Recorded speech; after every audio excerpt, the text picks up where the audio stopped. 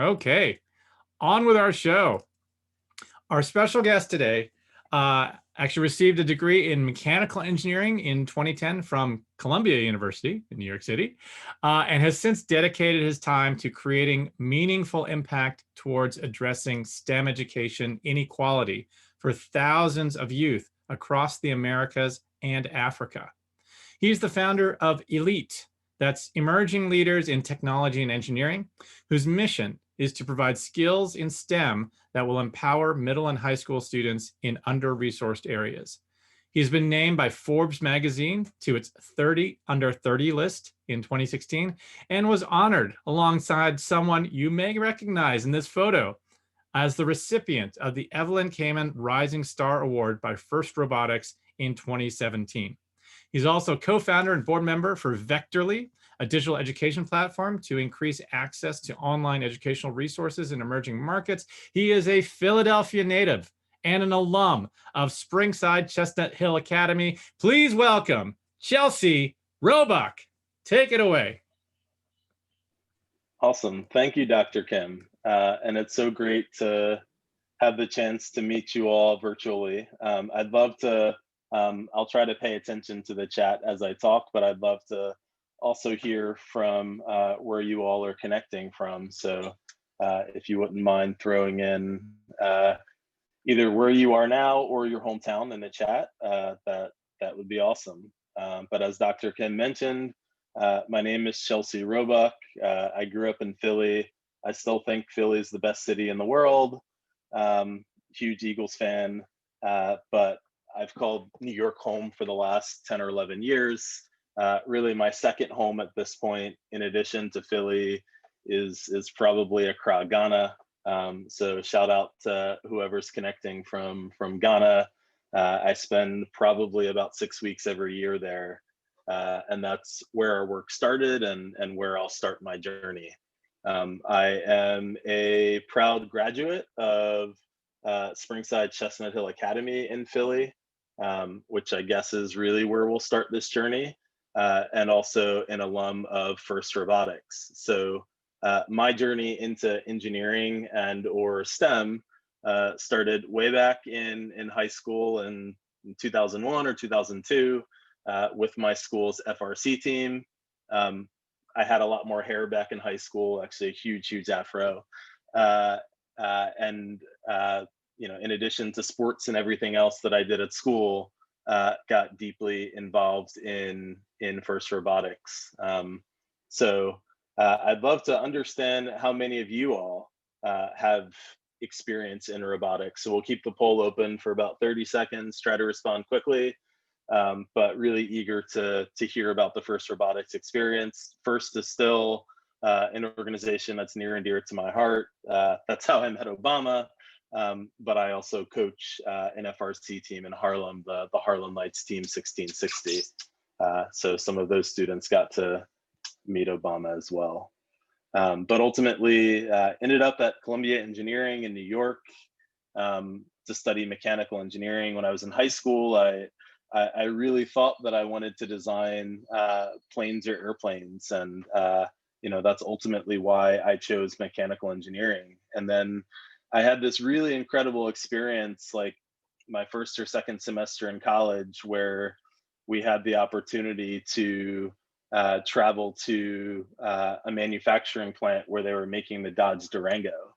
And I got really excited. I saw these trucks being made and manufactured, and walked up to an engineer that I saw on the line and said, you know, this is incredible. You know, I've always wanted to design cars. Can you point out the car that you built? And he said, well, I didn't build any of these cars. I'm just responsible for the windshield wiper.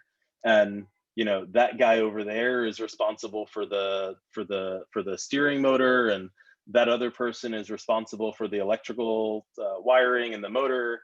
And I realized very quickly that engineering was not something where even if I was the smartest person in the world or Elon Musk, that I couldn't design or build a car myself. I could just design a small piece of it. And I think honestly, for me, it became a little bit less sexy. But I was also struggling through this engineering experience that I'm sure many of you all are facing right now, where I went into engineering school expecting it to be like my first robotics experience, where I could just go into the lab and with a hammer hack some stuff together and play around with wires until the light turned on and figure it out. But I realized that once I got there, those first couple of years was very theoretical. And, you spend at least 3 to 4 semesters just taking math and science classes, physics and chemistry and calculus. And so the things that I did on campus that really gave me the opportunity to work with my hands and be creative and build things was through an organization called Engineers Without Borders, and also through my own mentorship, helping other high school students get involved in education. So, fast forward a year or two through the experience, and I was getting ready to uh, through the Engineers Without Borders chapter. We were actually working with a community in rural Ghana. Actually, before I talk more, I'm curious if anyone could just respond in the chat. Does Drexel have an EWB? Awesome, perfect. That was my question. So yeah, if any of you haven't heard of Engineers Without Borders, just a quick plug. It's an incredible organization where basically you work with other engineering students and you're mentored by a professional engineer to go work on development projects around the world. Colombia actually had 3 EWB chapters working in Ghana, Uganda, and a third country, I think Ethiopia or Morocco, actually. And in Ghana, the 2 projects that we were working on was a water distribution system to take basically a manual pump and mechanize that to create water access points and distribution points around the community. And we were also working on building source separated latrines. So you can think of it sort of like an outhouse that separates the liquid waste from the solid waste, and the liquid waste could ultimately be treated and used as liquid fertilizer for farming. And the solid waste could actually be dried out and used as fire bricks. But I had this incredible experience to work on some engineering projects in my first couple of years with Engineers Without Borders, and that afforded me the opportunity to travel outside of the US for the first time. And ultimately, I went to Ghana. Again, this is the crazy, messy afro, and I was definitely a lot skinnier back then.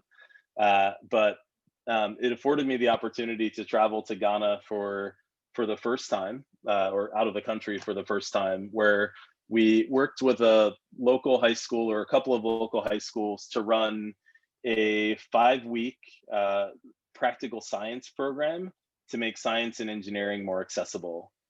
So for those of you that are not familiar with the education system in Ghana, or I think in many parts of the world, especially or really anywhere that was colonized by the British or is still using their education system, everything is really about just lecturing and rote memorization. So when you walk into the classrooms, the professors actually stand on a podium, and in a lot of the government schools, it just feels like somebody talking down to you, to the point where even if the teacher makes a mistake and you point out the mistake to the professor, like, you could face severe punishment. So we've seen that a lot in so many of the schools, and everything was just theory based, and whatever the professor says goes. Honestly, that was kind of my experience in engineering school a little bit too, with all of the lectures and equations on the blackboard, but that's a conversation for another day. But we wanted to make science and engineering more hands-on and more accessible. And so ultimately, Elite, the nonprofit that I run, was really an organization that was created to design low cost and hands-on science and engineering experiments that could be built using locally accessible materials. And we will localize the curricula and used it for community projects. So in this photo, We were teaching about pressure and flow rates, and we had the students ultimately create a drip irrigation system where they could funnel water throughout the garden more efficiently, because in this community, water was a limited commodity, and ultimately they had to pay attention to their water usage. We also did a bunch of hands-on activities and experiments like this. So teaching students about forces by building ropes and pulleys and lifting each other off the ground through different activities. Um, I had this experience going and working with all of those students, and then really got back to Columbia at the end of my junior year and realized that ultimately there was nothing that I could do that would have a more meaningful and significant impact on the lives of others than through education. And so in 2009, junior year in college, going into senior year, after looking at engineering internships and doing research and consulting and finance, decided that I wanted to think about how I could use my engineering education to engineer solutions that could advance education. And for me, that was the biggest engineering challenge that I thought was facing the world. I'd love to. There's another poll question up about what you all think the biggest global engineering challenge is. If it's improving teaching and learning, that might be something that we're all being faced with now as we connect via Zoom from around the world instead of in person. But energy, climate change, water. Fill out the poll. We'll keep it open for about a minute or so, but would love to hear your thoughts there.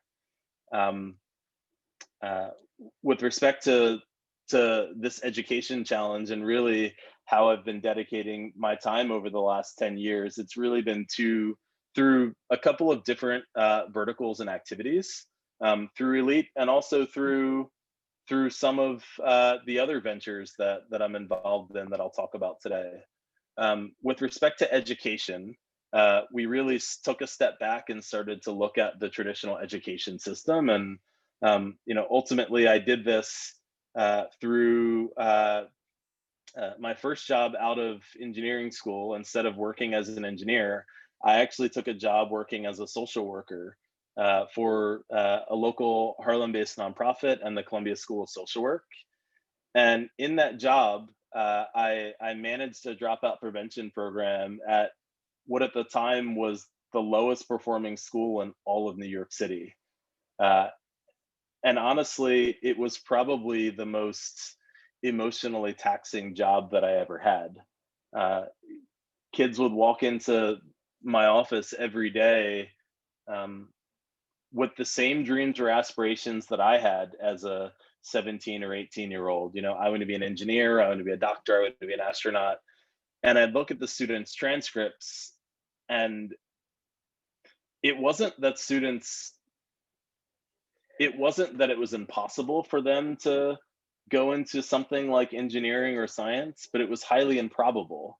And not because the kids couldn't do it, but because their schools didn't even offer the classes. So the majority of high schools in New York City, for example, forget AP classes. They don't even offer basic chemistry or physics or pre-calculus. And so there's so many students that were being tracked out of opportunities before they get to college. I imagine that many of you as first years are currently taking, physics or physics 2 or physics 3 or, calculus. I think the average, Columbia had 4 levels of calculus through Calc 4. The average engineering freshman at Columbia came in starting at calculus 3 because they took BC calculus in high school. And the average New York City high school student doesn't even have access to pre-calculus. So these things like going to MIT or Columbia or Drexel to study engineering were not even within reach for many of these students. And so we've developed a model over the last 4 or 5 years to help schools build better engineering and science programs. And we're doing this right now through a couple of schools around the country. The first thing that we try to do is just make science and engineering cooler and more tangible. So in addition to designing classes like mechatronics or computer science or applied physics in high school, we design a bunch of projects and activities through thematic units that allow the students to have fun and apply it through creative pathways. So every year for Halloween in our mechatronics class, we build electronic pumpkins or jack-o'-lanterns where kids add lights and motors and sensors to things like pumpkins to make bats with wings that flap, or roller coaster pumpkins with candy that can swirl around the pumpkin actuated by motors, or even Jaws pumpkins that will literally clamp down on your hand when you try to steal the candy inside. Um, and we've built all of these programs really as one vehicle to impact students through more creative curricula, in addition to working with teachers to help improve their capacity to teach 21st century skills. We also have a program where we recruit uh, college students like yourselves, and actually pay you all to go into schools to serve as fellows or TAs to help students with their projects like electronic jack-o'-lanterns. Um, and we do a lot of work with corporate partners. So Google is our biggest corporate partner, and we do everything from working with the college students and facilitating professional development with our fellows so that they can get internships at places like Google and Facebook or Bank of America, to providing industry exposure for the high school students so that they can, even as ninth or 10th graders, visit corporations in New York City and ultimately see what real life engineering is. Uh, but it's not just the educators, and it's not just the corporations, and it's not just the fellows. We really think about this entire ecosystem that we're working to build with schools and administrators, and working to uh, help even foundations and funders and the people that are giving money to support these programs understand the importance of these activities. But through this ecosystem approach, we've been able to very tangibly build pipelines within some of the worst performing schools in New York City to send students to schools like Columbia and RIT and Drexel to study engineering, which has just been, for me, I think, incredibly rewarding. And it's not just New York City that we're still working. The international work, I know I didn't talk a whole lot about it, but ultimately in my first couple of years of doing this work in New York City and building this model, we actually started to build education programs around the world. And so in our peak in 2013, we had programs like the one in Ghana, in rural Mexico and Jamaica and Tanzania, all were partnering with local universities to bring high school students in for 4 weeks to do this MacGyver science. But ultimately, as we began to really assess the impact of this international work, uh, it felt more like inspiration than education. And I really think that it's important and necessary to build ecosystems or communities around the students that we're supporting so that they don't feel isolated and attacking this difficult challenge of having success in engineering on their own, that they can do that with other people supporting them. But now, fast forward to 2020, and we have our first group of students that we've worked with in New York graduating from college, and those that are graduating that are studying engineering are making the average salary for engineers, for software engineers or computer scientists. So many of them are making close to or upwards of $100,000 or more, which for most of these students is more money than anyone in their family is making.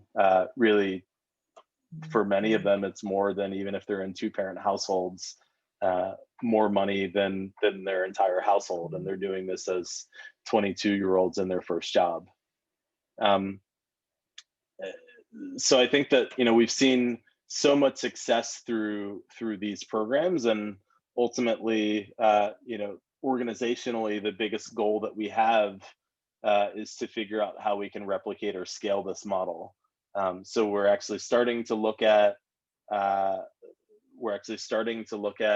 Philadelphia as a second city for one of our nodes of impact. And so if we do decide to make it to Philly in the next year or so, I'd love to engage and work with many of you if you have an interest in education, but also want to learn some cool tech like Raspberry Pis or Arduinos, because we're happy to pay you to start playing around with and experimenting with the cool tech and put it in the hands of the students.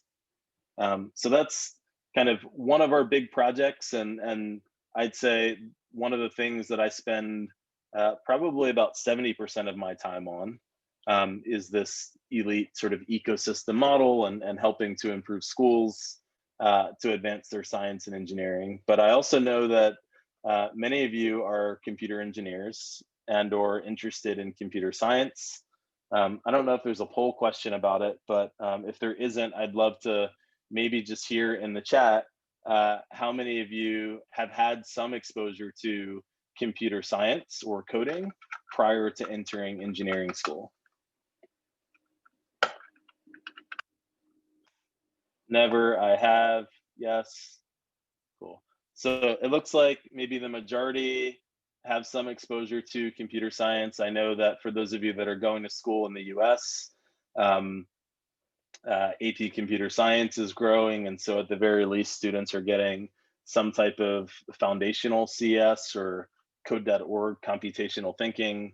I mean, ultimately, where you all are going, even if you decide to choose mechanical engineering or biomedical engineering, everybody is going to have some level of computer science in their classes, even if it's just for analysis. So chemical engineers, they don't actually play with chemicals all day. A lot of the stuff that they do is modeling equations and relationships because they don't want to blow themselves up playing with real chemicals. And no matter what discipline you choose, you're going to have some computer science. And so it's definitely core and central to what we're doing at Elite, but ultimately students can go on to become artists or engineers or doctors or whatever it is that they want to study. But as we think about access to education, and I want to go back to the experience that I had in Ghana. One of the things that was, I think, really eye-opening for me was just the level of interest and talent that students had, sort of compared to the level of access that they had to technology or resources. So at the school that I attended growing up, the CHA or Springside Chestnut Hill Academy, it was a school where the tuition costs more than most colleges do. And because it was a well-resourced school, we had access to Lego robots and FRC and other types of things. But as we began working more in the developing world, we realized that costs and access were two huge factors. So we started working with platforms like Arduino back in 2012 or so, because Team 1218, that was my team. I think they were the world champions last year. Anyone that's from 1218, please correct me. Yeah, awesome. So was a part of 1218. They actually made it to the world championships when I was in high school as well, although they didn't win. We got second place, but I was at the world championships last year with my team from Harlem, and it was really awesome to see CHA win the world championships this past year.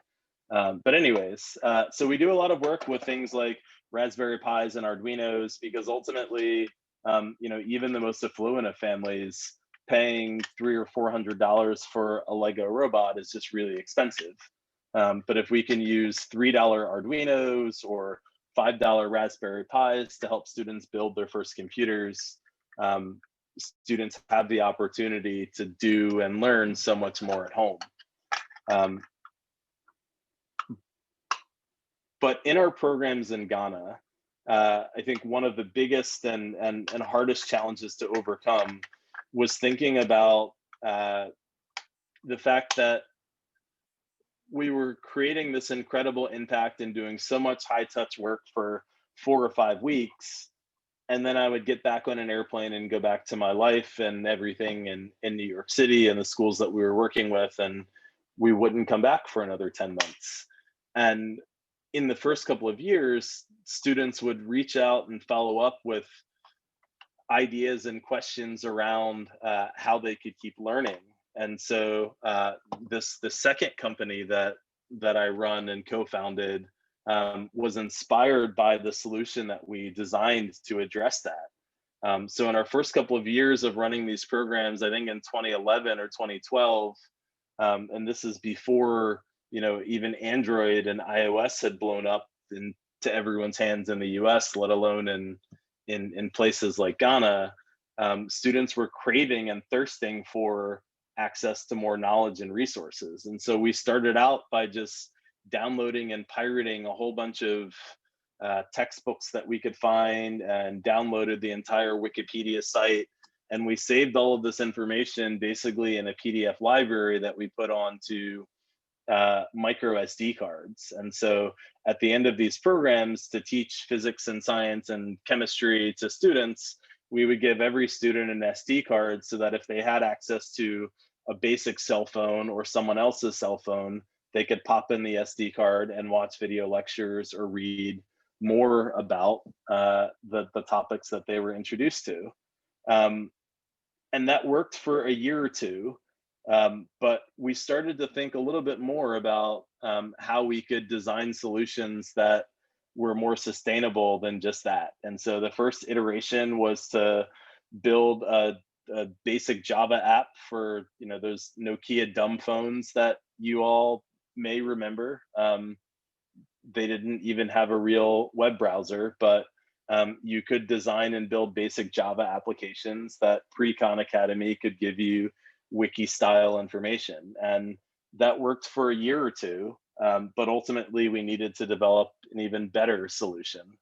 And so that helped to inspire the creation of .learn, which is now Vectorly, which is now morphed into a video compression company to, again, make education more accessible. So if you all have seen the HBO show Silicon Valley, Vectorly is actually the same thing as Piper, although it, I guess, it's not the inspiration for Pied Piper, although TechCrunch calls it the real life Pied Piper. But anyways, it's a video compression company that will basically take videos like Khan Academy and using AI and vectorization, bring them to a fraction of the size. So for those of you that are computer engineers on the line, this might be especially interesting to you, and still aligns to this general theme of my life's work around access to education. So in many parts of the world, like say in Ghana, in order to access the internet, you're ultimately paying per megabyte. So it's not like, in your dorm room or in your houses in Philadelphia or New York, where, you pay $50 a month and you get access to really incredible, fast internet that's unlimited. In fact, in many parts of the world, you have to get these little charged scratch cards, and you type in a code, and that code gives you a certain amount, maybe $2 or $3 worth of internet or bandwidth. But in many parts of the world, and ultimately the parts of the world that are using these systems, access to technology is a luxury item, because even that $2 or $3 to connect to your online classes is beyond many people's budget.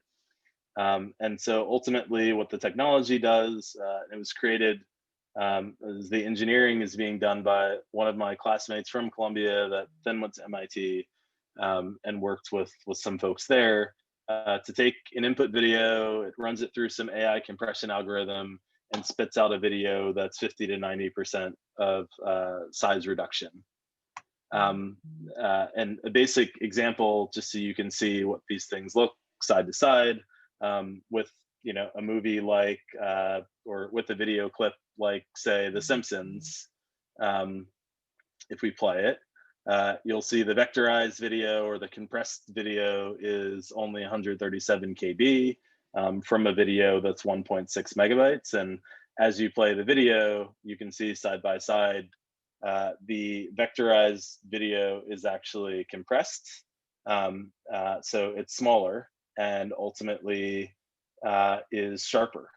And it works with, in addition to cartoons, it actually even works better with things like Khan Academy style videos. So ultimately allows for faster streaming and high quality live or on demand videos delivered securely to anyone around the world, but particularly designed for low bandwidth settings. And there's even offline playback. So the video format that's downloaded is a custom video format that will allow for it to be played at a reduced rate within the Vectorly player. And the company has a lot of support and actually has some angel investment from some pretty big players in the space, from Amazon to Hulu, who've invested in this company. But ultimately, the goal is really to create a space where technology and or access to education can be tangibly placed into the hands of some of these incredibly talented students that ultimately, because of their circumstances or where they were born, may not have had access to these technology or resources. So I'll maybe wrap up or close my talk with a call to action for you all to think about ultimately what drew you into the field of engineering. And as you think about, not just where you are today as 18 or 19-year-olds, but more importantly, like the legacy that you hope to leave on the world or society, I'd encourage and urge you to think about, ultimately what you want to do with your life or what you want your legacy to be. And you could build robots, you could work for, SpaceX or Tesla, you could work for companies like TikTok. But I think more than anything, I would encourage you to design or to think about designing a career that fuels your soul, and that keeps you fulfilled. I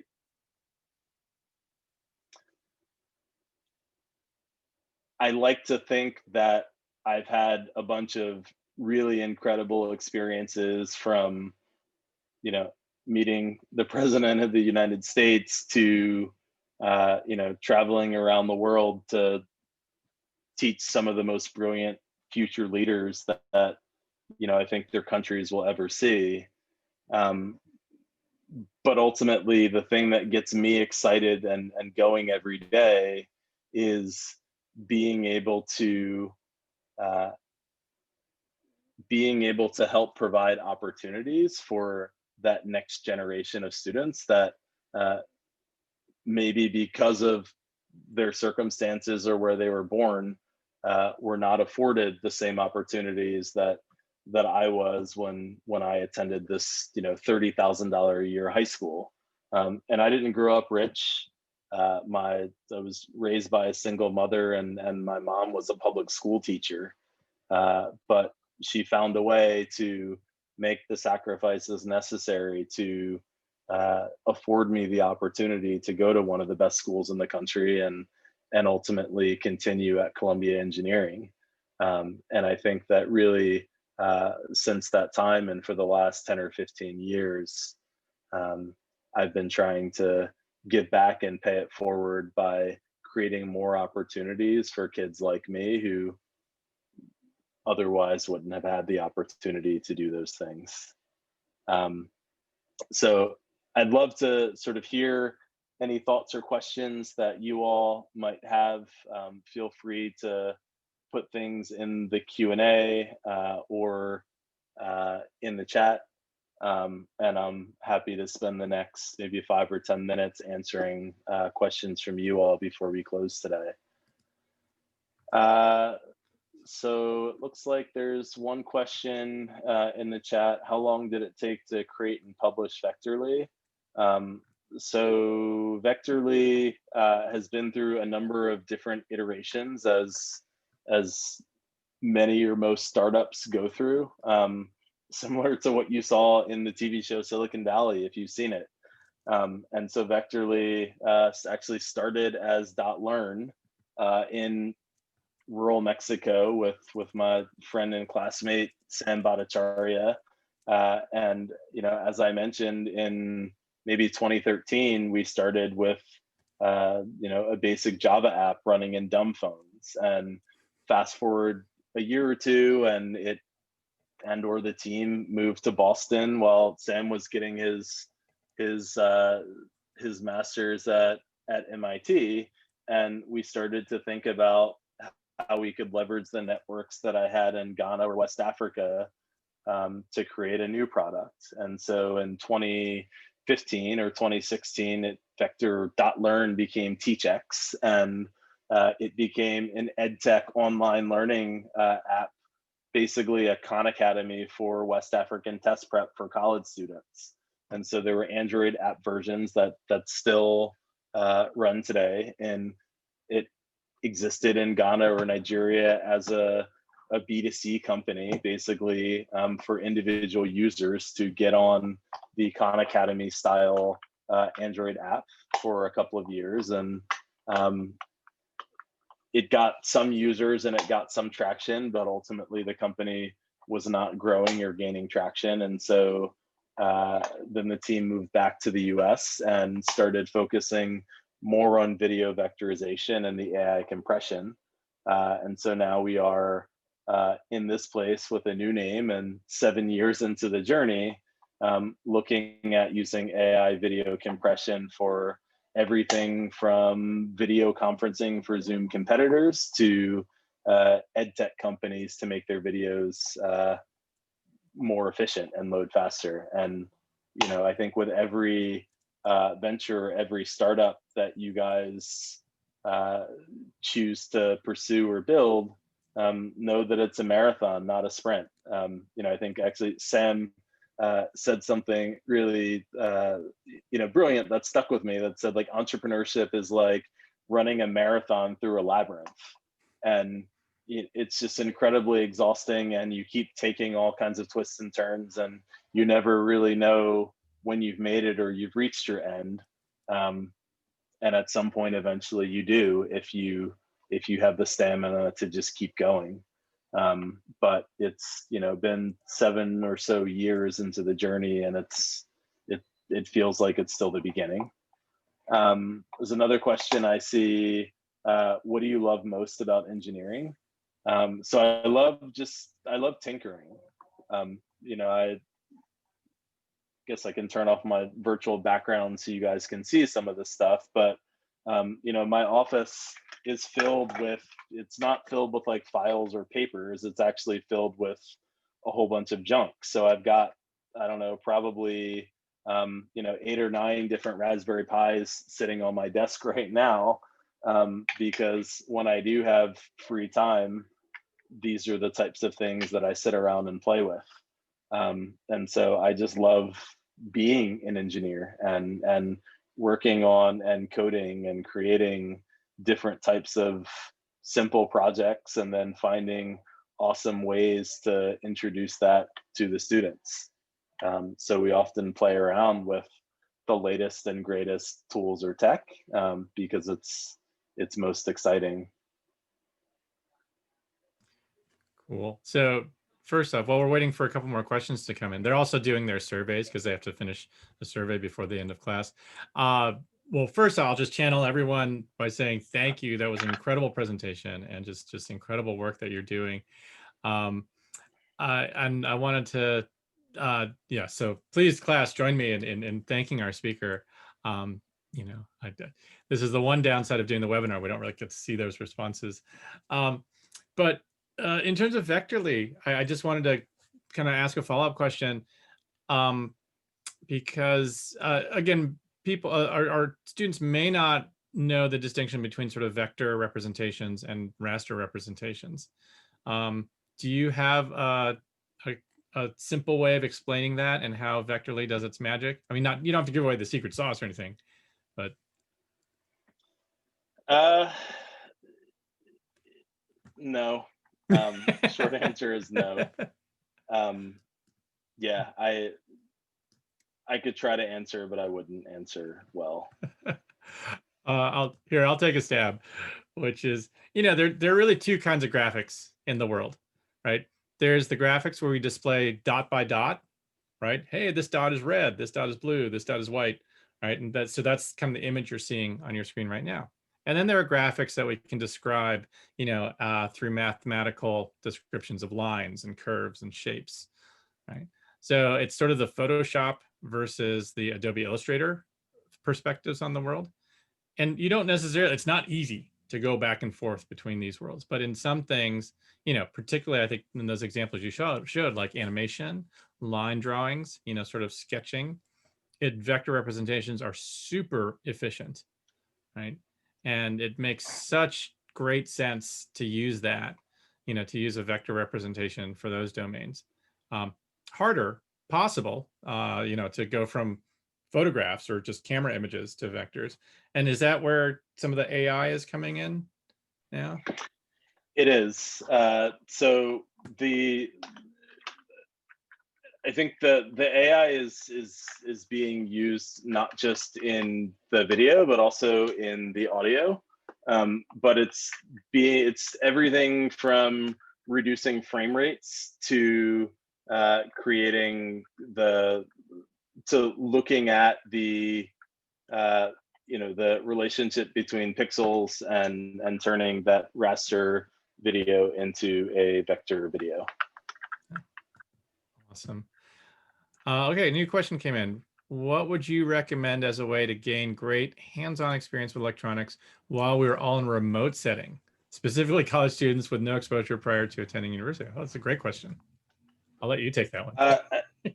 So I think it depends on where you are, but even in places like Ghana, there are incredible markets and networks where you can get your things on things like Raspberry Pis and Arduinos. I've traveled extensively, and honestly, almost every country that I've been to, from Ghana to Thailand, you can find an alley or market somewhere that sells cheap and open source electronics.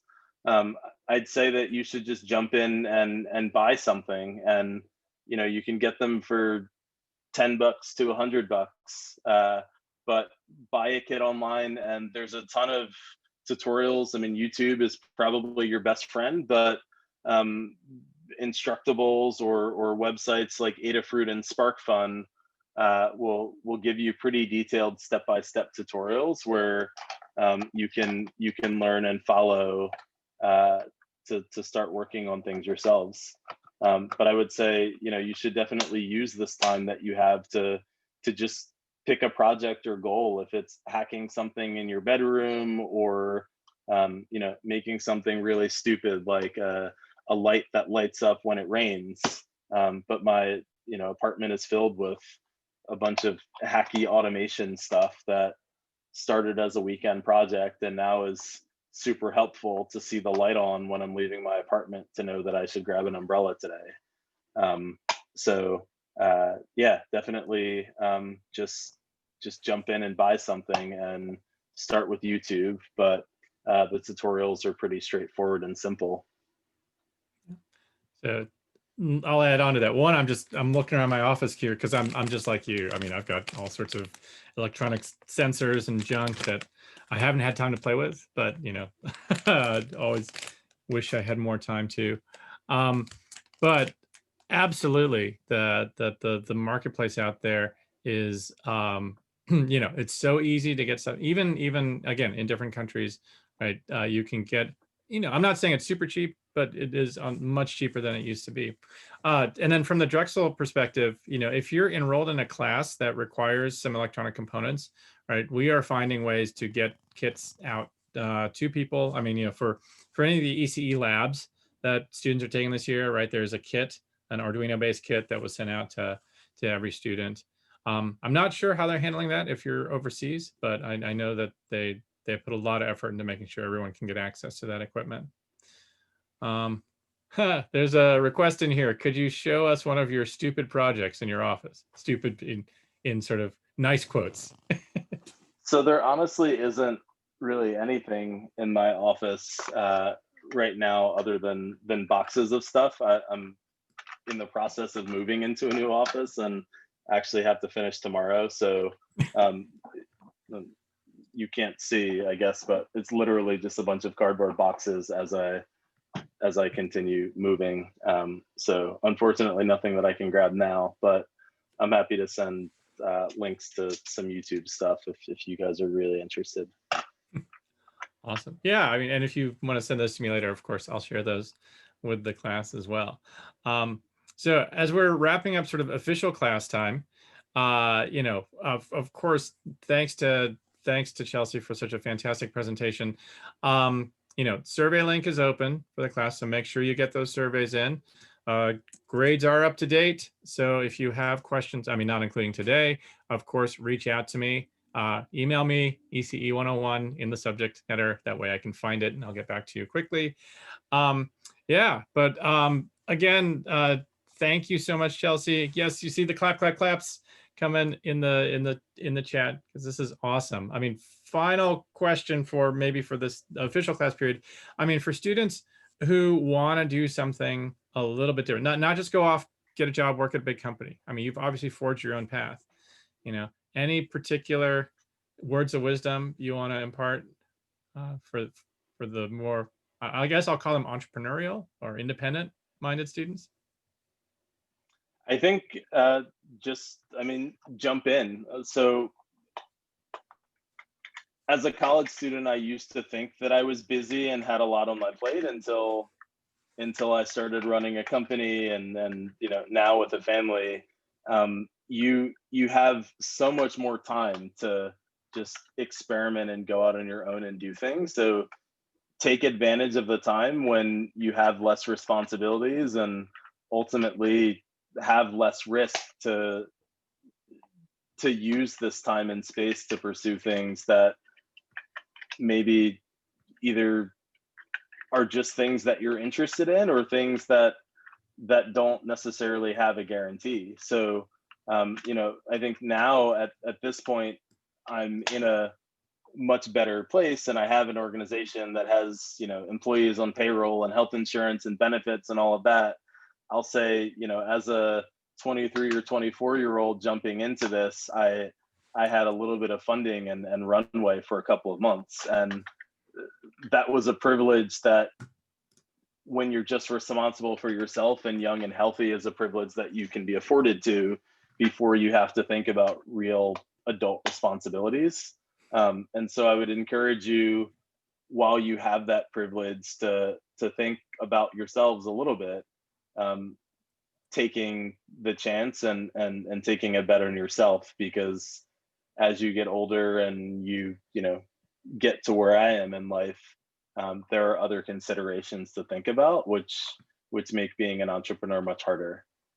So jump in now, and the energy and enthusiasm and excitement that you have is something that unfortunately will only go down with time. So take advantage now. Awesome. Oh yeah, so I think we have an SCH alum in the audience who's asking if there's oh, you got it. You took care of it. Great. Again, we're wrapping up the official class period right now. So thank you all for being here this afternoon. Of course, if you have to hop on to something else, go to your next class. I totally understand. Don't forget your surveys. But Chelsey, I'm going to keep you on for a few minutes, and this is now the after show, right? This is the post show. They can still see us. But what was I going to ask? I mean, in terms of folks who want to, well, certainly, how about this? I mean, folks who want to learn more about Elite and maybe ways that they could get involved, maybe not here locally, but, at least about the organization, where would you send them? Just your website or? Yeah, the website, or honestly, just reach out to me.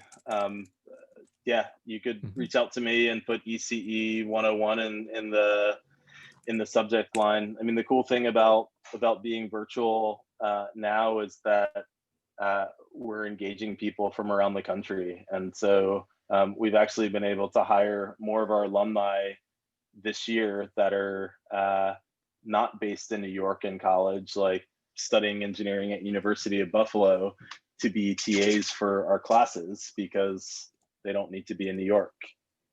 So we still, if anyone is interested in teaching or doing some of this stuff, we could probably in January make space for students outside of New York as we plan to continue virtually. And we've got everything from Arduino and Raspberry Pi clubs to creative coding clubs with P5JS, where students are making games and animations like the stuff in my virtual background. So yeah, if anyone has an interest, just shoot me an email and I'm happy to send the fellowship application to you all if you want to get involved teaching cool tech to students. Awesome. Awesome. And of course, if any students are interested in that, I mean, we also have on-campus activities as well related to that. I mean, not right now because of COVID, but programs where we are working with, youth in the neighborhood and in the city around STEM education, around robotics, around coding as well. And at some point, hopefully in the future, those things will link up and you'll have a branch of Elite right here in Philadelphia, which would be awesome. Yeah, hopefully soon. Yeah, awesome. Yeah, well, again, you do such amazing work. And so thank you again for spending some time with us and telling us about it. Yeah, so this is now the part where, the class is over and there are a couple people hanging out in the room. That number is dwindling, but if you have any more questions and you're out there, go ahead and throw them in the Q&A. But how do you split your time between your multiple, I'll call them ventures? I mean, because they really both are. I mean, I can imagine each one is a full-time job. So how do you? Yeah, I mean, it depends on the week. Sometimes it's not sleeping. I think it's just about balancing and shifting priorities. But the majority of my time and energy is definitely focused on Elite. And right now we're moving to a growth period where we're trying to replicate our model into 2 Atlanta public schools before next summer. And so ideally I'd be, flying to Atlanta for a day once a week, but now it's a lot of Zoom calls, which honestly gets exhausting. But yeah, long days. And I think, building a life or structure within my personal life that can support that. So I work most Saturdays, I work some Sundays, and yeah, it's just trying to find the time to get it all done. Yeah. Yeah, I mean, again, it sounds like you have quite a bit on your plate, but they're just all of it are really amazing efforts. I guess for the few people who are still here, I mean, for those interested in sort of the startup scene, the Silicon Valley kind of, VC kind of thing, what's your craziest story from the VC world or the tech startup world?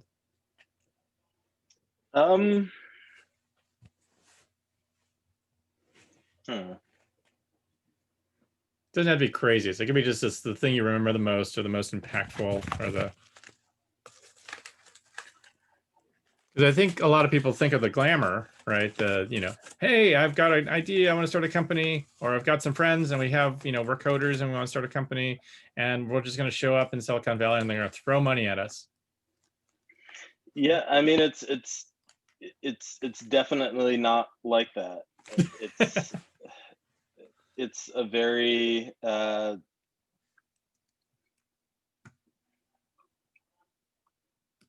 think most times the work is not actually exciting or sexy, and honestly, the people that do have the most success are the people that actually and and truthfully just get excited by the work.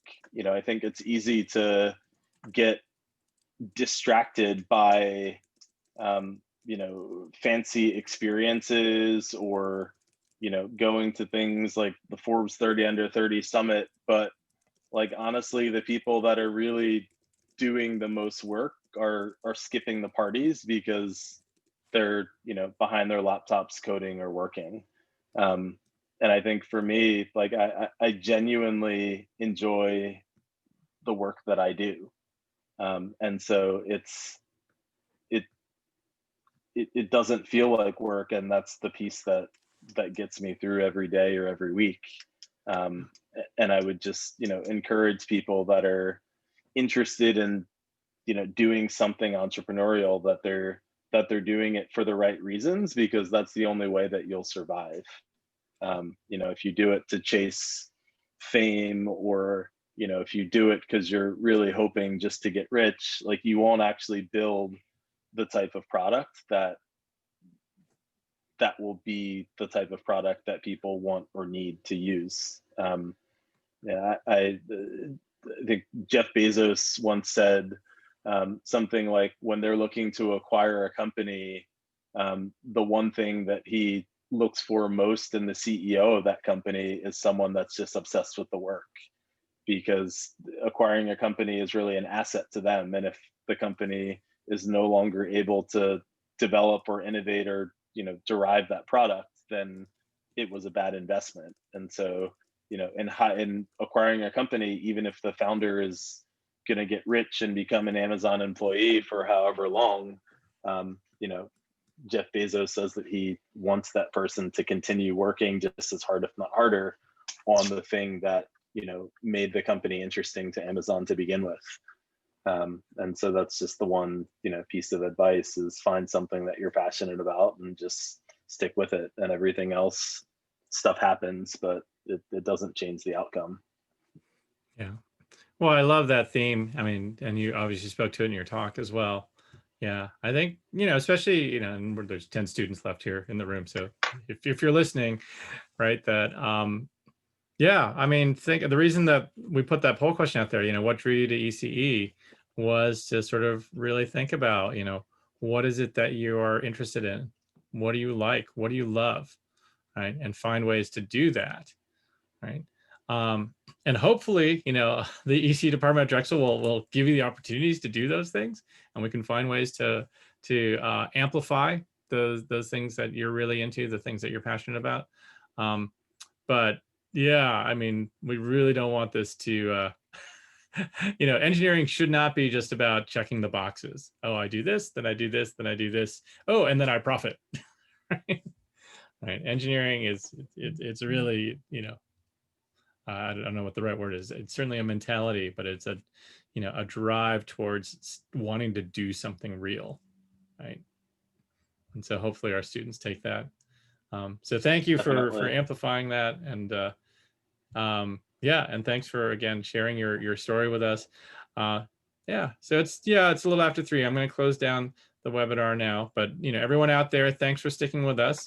If you want to reach out, to Chelsey, he put his email back in the chat somewhere. I know it was in there.